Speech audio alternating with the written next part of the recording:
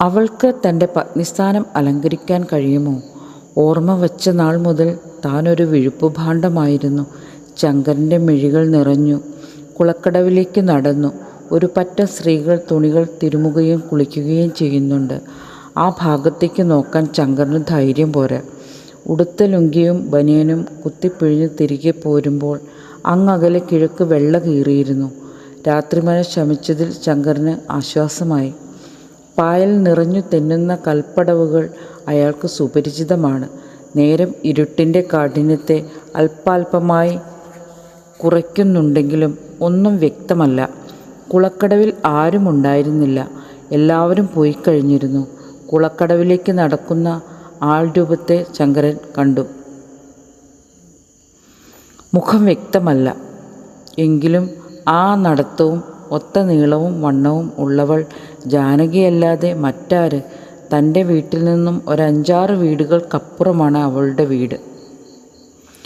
2 വയസ്സ് എളുപ്പമാണ് തന്നേക്കാൾ അവൾക്ക്. എങ്കിലും നാണമെന്തെന്നറിയാത്ത പ്രായത്തിൽ തങ്ങളിരുവരും കളിക്കൂട്ടുകാരായിരുന്നു. പഴുക്ക് കളിച്ചും കഥകൾ പറഞ്ഞും കള്ളനും പോലീസും കളിച്ചും കുറേ നാൾ ഒപ്പം നടന്നു. ഒരു പ്രായമായി കഴിഞ്ഞാൽ ആൺകുട്ടിയും പെൺകുട്ടിയും അകലം പാലിക്കണമെന്ന് അവളോട് ആരോ പറഞ്ഞത്രേ.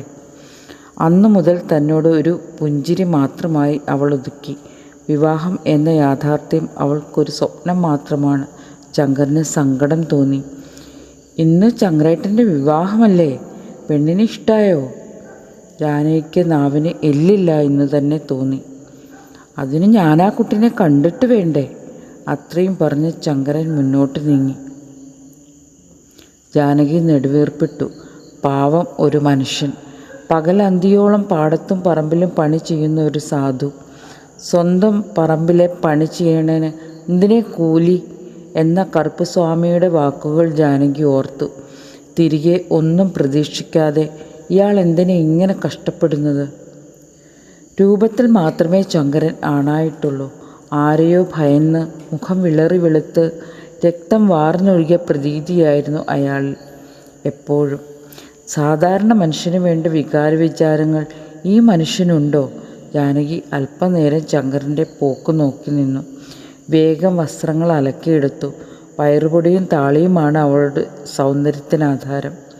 അതിനാൽ പ്രായം മധ്യവയസ്സിനോടടുത്തിട്ടും ചർമ്മം പ്രായത്തിനെ വെല്ലുവിളിക്കത്തക്ക രീതിയിൽ മുന്നിട്ട് തന്നെ നിന്നു.